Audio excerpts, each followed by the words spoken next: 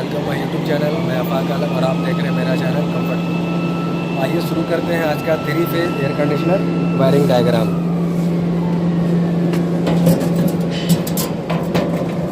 तो ये आपका कैसेट एसी का आउटडोर है। ये आपका कैसेट एसी का आउटडोर है 3 फेज।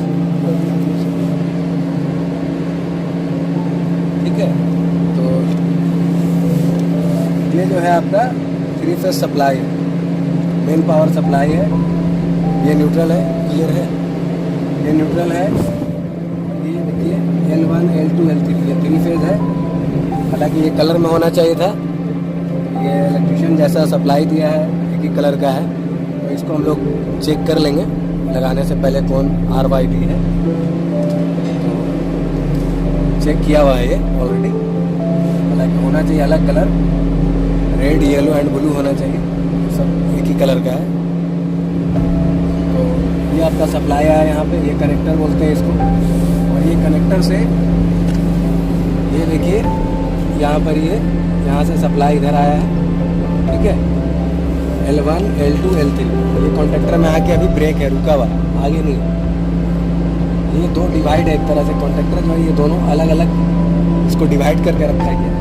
ठीक है, यहाँ पे पावर सप्लाई आया हुआ है और ये पावर आके यहाँ पर रुका हुआ है। और इसी तरह ये देखेंगे हम लोग, ये देखिए यहाँ पे जो सप्लाई है, ये देखिए ये सप्लाई जो आया है यहाँ पे, इसी सप्लाई से direct line L1 L2 L3 वो यहाँ पे कनेक्ट है। ठीक है, वो यहाँ पे आपका कनेक्ट है L1 L2 L3। तो ये क्या है, स्कैनर है। ये स्कैन करके बतलाता है, जबकि इसको हमने डायरेक्ट यहाँ से लिया है और ये डायरेक्ट ही लिया जाता है। तो ये जो 3 फेज है ये स्कैनर में आके लगा हुआ है, स्कैनर में जॉइंट है। तो ये जब कोई एक फेज कट जाएगा इसका सप्लाई का, तो ये स्कैनर जो है आपको स्कैन करके बतला देगा कि आपका कोई एक फेज सप्लाई नहीं आ रहा है, जिसके कारण कंप्रेसर का एक्स्ट्रा साउंड भी होगा। टेक्नीशियन को मालूम चल जाएगा कि हाँ हमारा कोई एक फेज कट रहा है, जबकि ऑलरेडी ये स्कैनर स्कैन करके बतला देगा कि आपका एक फेज सप्लाई नहीं है। ठीक है, तो ये डायरेक्ट सप्लाई से ही जुड़ा हुआ रहता है ये तीनों फेज। और ये जो सप्लाई आ रहा है यहाँ से ही ये सप्लाई डायरेक्ट ये कॉन्टेक्टर में आके अभी ये रेस्ट मोमेंट में, हालांकि यहाँ सप्लाई है, यहाँ पावर है, लेकिन इस तरफ पावर नहीं है, तो आगे हम बताएंगे। और इसी तरह ये देखिए फैन का है ये। ठीक है, ये इसका जेक होता है, खोलने में सुविधा है, काम करने में आराम होता है। ये जो है ये आपका स्टार्टिंग है और ये आपका रन है। रन में मतलब पावर नहीं है, और देखिए इस तरफ से लिए या नीचे से लिए। ठीक है, D3 से लिए सप्लाई। और इसी तरह ये ब्लू है कॉमन, तो ये कॉमन देखिए न्यूट्रल में जुड़ा हुआ है। देखिए न्यूट्रल में लूप है, यहाँ क्लियर दिख रहा है सामने ला। ये देखिए न्यूट्रल यहाँ दिख रहा है, ये देखिए। ठीक है, तो ये हो गया फैन का आपका। ये फैन कैपेसिटर है। स्टार्ट हमेशा सिंगल होता है, रन में हमेशा पावर होता है, कॉमन में हमेशा पावर होता है। ये तो हो गया हमारा फैन का। अब आप आगे चले आइए। और इसी में से जिस तरह से हमने तीनों फेज को डायरेक्ट सप्लाई से यहाँ स्कैन में डाला है, उसी तरह ये न्यूट्रल भी डायरेक्ट है इसमें। ठीक है, और अब चले आइए यहाँ पर। ये न्यूट्रल देखिए, सप्लाई में से हम लोगों ने एक न्यूट्रल लिया। ठीक है, ये देखिए ये जो हल्का ब्लू में है, लाइट ब्लू में है, ये न्यूट्रल हमने यहाँ से सप्लाई लिया है। और ये सप्लाई लेके हमने डायरेक्ट सप्लाई लिया है न्यूट्रल का। और ये हमने एक कॉन्टेक्टर को दिया है डायरेक्टली कॉन्टेक्टर को यहाँ पर न्यूट्रल हमने दे रखा है। ठीक है, ये देखिए ये न्यूट्रल डायरेक्ट दिया हुआ ऑलरेडी कॉन्टेक्टर में। ठीक है, और दूसरा न्यूट्रल जो है, दूसरा जो यहाँ से न्यूट्रल एक निकल रहा है, वो हमने लिया है आपका HP स्विच में जा रहा है। ये देखिए क्लियर आपको दिखाते हैं। ये देखिए ये वाला वायर को देखिए, ये चला गया आपका। ये देखिए ये डिस्चार्ज लाइन पे लगा हुआ है HP स्विच, इसको HP कट ऑफ स्विच बोलते हैं। ठीक है, तो ये HP स्विच का काम है कि जब भी इसमें हाई प्रेशर होगा या हाई टेम्परेचर इसका होगा, तो बहुत ज़्यादा कंडेंसर चौक हो जाएगा या फ़ैन काम नहीं करेगा, हाई कंडेंस करेगा मशीन, तो ये यहाँ से स्विच को ऑफ करा देगा। ऑफ करा देगा तो ये सारा सिस्टम बंद हो जाएगा। ठीक है, तो ये स्विच से आया, HP स्विच से आया। HP स्विच से आने के बाद ये किया आपका LP स्विच में, ये देखिए HP स्विच में गया था, रिटर्न आया, रिटर्न आके सीधा जा रहा है देखिए LP में। ये देखिए LP में जा रहा है। LP में जाने के बाद ये फिर वापस आया, सब चला गया सीधा ये PCB बोर्ड में। ठीक है, ये न्यूट्रल सीधा आ गया यहाँ PCB बोर्ड में। अब PCB बोर्ड में ये जो हमारा पावर जाएगा इसमें, तो ये रिले है, ये PCB का काम है, ये रिले को, ये न्यूट्रल को आगे सप्लाई देना। तो जब इसमें पावर रहेगा, इसमें ऑलरेडी हम लोग पावर दिखा रहे हैं, यहाँ से न्यूट्रल लिए हुए हैं। ठीक है, और इसमें से किसी एक से फेज़ हमारा इसमें सिस्टम में PCB में आया हुआ है।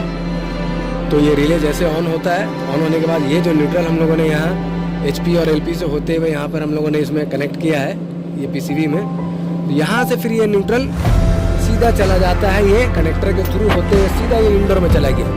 ये न्यूट्रल ये इंडोर का PCB में जाता है। जब ये इंडोर का PCB में जाता है ये न्यूट्रल, तो उसका PCB में जब ये न्यूट्रल सप्लाई उसको मिलता है, तो वो फिर उस PCB का फिर वो न्यूट्रल इसमें जाता है। ये PCB का न्यूट्रल सप्लाई सीधा वो अंदर वाला इंडोर का कैसेट का इंडोर का सप्लाई में PCB में जाता है ये न्यूट्रल। तो उसका जो रिले होता है वो फिर 3 मिनट के बाद ऑन होता है। तो ऑन होता है तो फिर उस रिले से जो सप्लाई आता है वो फेज़ आता है। तो जब ये फेज़ आता है 3 मिनट के बाद सप्लाई, तो ये फेज़ जो हम लोग लिए हैं, देखिए ब्लैक वायर है, ये देखिए ये ब्लैक वायर, ये चला गया आपका A1 में कॉन्टेक्टर का। ये देखिए A1 में, लाइए सामने A1 दिखाइए, ये देखिए A1 में चला गया। आपको दिखाते हैं, 1 मिनट छोड़ो। ये देखिए आपका, ये देखिए A1 में आया है, दिख रहा है।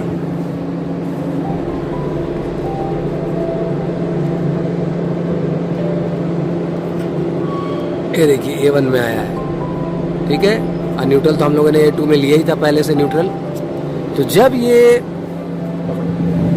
थोड़ा हम कर लेंगे, तो जब ये न्यूट्रल ऑलरेडी PCB में यहाँ दिया हुआ था, बटन दब जाएगा, तो जब ये ऑलरेडी न्यूट्रल हम लोगों ने डायरेक्ट PCB में लिया हुआ था, उसके बाद जब ये 3 मिनट के बाद इंडोर से ये जो रिले सप्लाई दिया फेज़ लाइन, तो न्यूट्रल ऑलरेडी पहले से था और अब इसमें फेज़ लाइन है, तो ये कॉन्टेक्टर ऑन हुआ तो ये मैग्नेट बना, तो ये अंदर की ओर दबा, पंच हुआ, प्रेस हुआ अंदर की ओर।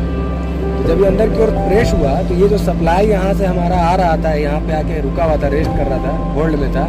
तो जब ये मैग्नेट बना और ये अंदर गया, तो ये सप्लाई आगे बढ़ा, तो जिसके कारण हमारा ये 3 जो है कंप्रेसर का है RYB, ये सीधा कंप्रेसर में जा रहा है और ये फैन में। तो ये टोटल ऑन हो जाता है, कंप्रेसर और फैन ये दोनों ऑन हो जाता है जब ये कॉन्टेक्टर ऑन होता है। इसी तरह ये वर्क करता है। अब आपको समझ में आ गया होगा। फिर से एक बार यहाँ पे हमको लगता है कन्फ्यूज़न हुआ होगा आप लोग को, फिर से आपको बता देते हैं। ये न्यूट्रल हम लोगों ने डायरेक्ट सप्लाई से लिया है, ये वाला न्यूट्रल, इसमें ही से एक आपका कॉन्टेक्टर में जा रहा है और इसी से आपका एक LP में जा रहा है, LP कट ऑफ स्विच, और इसी से पैरेलल HP से ही होते हुए पैरेलल होते हुए आपका LP से आ रहा है। LP से सीधा आया, न्यूट्रल आ गया यहाँ पे PCB बोर्ड में। PCB बोर्ड में ये रिले में इसमें से सप्लाई ये आगे बढ़ाया है इसको, ये रिले का काम है ये न्यूट्रल को इसमें देने का।